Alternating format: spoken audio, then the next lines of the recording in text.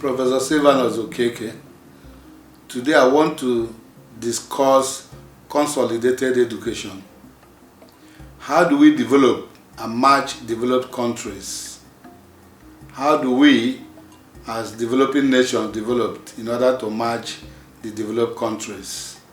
That is my latest book, my book number 22nd, yet unpublished, but I'm giving finishing touches to the book, and I call it Consolidated Education. It's divided into 6 different chapters, and these chapters are going to discuss things we need to do in order to help the developing countries to match the developed ones.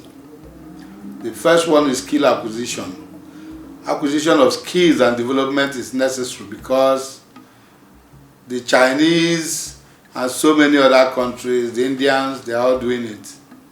When you're able to acquire skill, give skill to your young graduates, they will do a lot.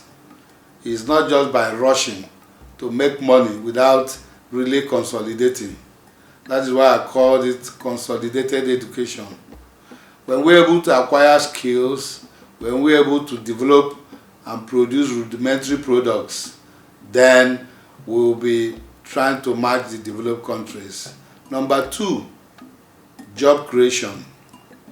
Job creation is very important, especially by our leaders. There are thousands of jobs everywhere. It's a matter of doing a little research, and we're able to go into all those jobs that are floating all over the place. And then when there is job creation, when we can create jobs, the unemployed people will be employed and the economy will start rising. Number 3, continuous certification. A lot of graduates from the developing countries can't even write their names. Some misspell whatever they are writing. That is why continuous certification is very important. In whatever field, tool making, carpentry, bricklaying, radiography, there should be certification.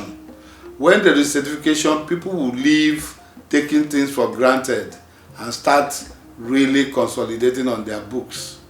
When there is certification, people will be serious in what they are doing, because if you don't pass the certification, you can never be in that particular field. Take the Institute of Chartered Accountants, for instance. The Nigerian Institute of Chartered Accountants have been so solid that you just have to pass the exams to become a chartered accountant. So should we have in radiography, so should we have in carpentry, bricklaying, whatever area you want to go into. Continuous certification is very important because those graduates who are half-baked, who left the university without really consolidating, will start reading in order to pass exam, to belong to one guild or one union or one organization or the other. So continuous certification is very important. The next thing I'm talking about in that book is continuous examination. In the United States, even with a doctorate degree, I can't tell you how many exams I've written. Whatever job you are going to go into, you are going to write an exam because you are being tested. From the aptitude test to other tests, you're able to really read, prepare yourself, and that's how you become an educated person. So continuous examination in almost all professions is going to help the developing countries. Then number 5, creative potentials in research. There are a lot of research potentials. There are a lot of things to do. People are creative. Instead of using it to produce things, they use it in a wrong way. It is time for us to be creative. Use your creative potentials, do a little research, come out with some products, and you see the developing countries marching along. Then lastly, rudimentary production of samples.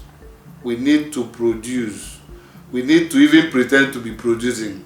We need to do something, produce little samples, because all these chips they use in making telephones, all these little things that are developed here and there are made by people. It is time for people in developing countries to start thinking of producing samples of whatever they are doing, and there are millions of things to do. We have to organize where there will be competition to showcase these samples in order to match the developed countries. That is what I have for you today. We will continue another day to expand on consolidated education and on what the developing countries will do in order to match the developed countries. Thank you.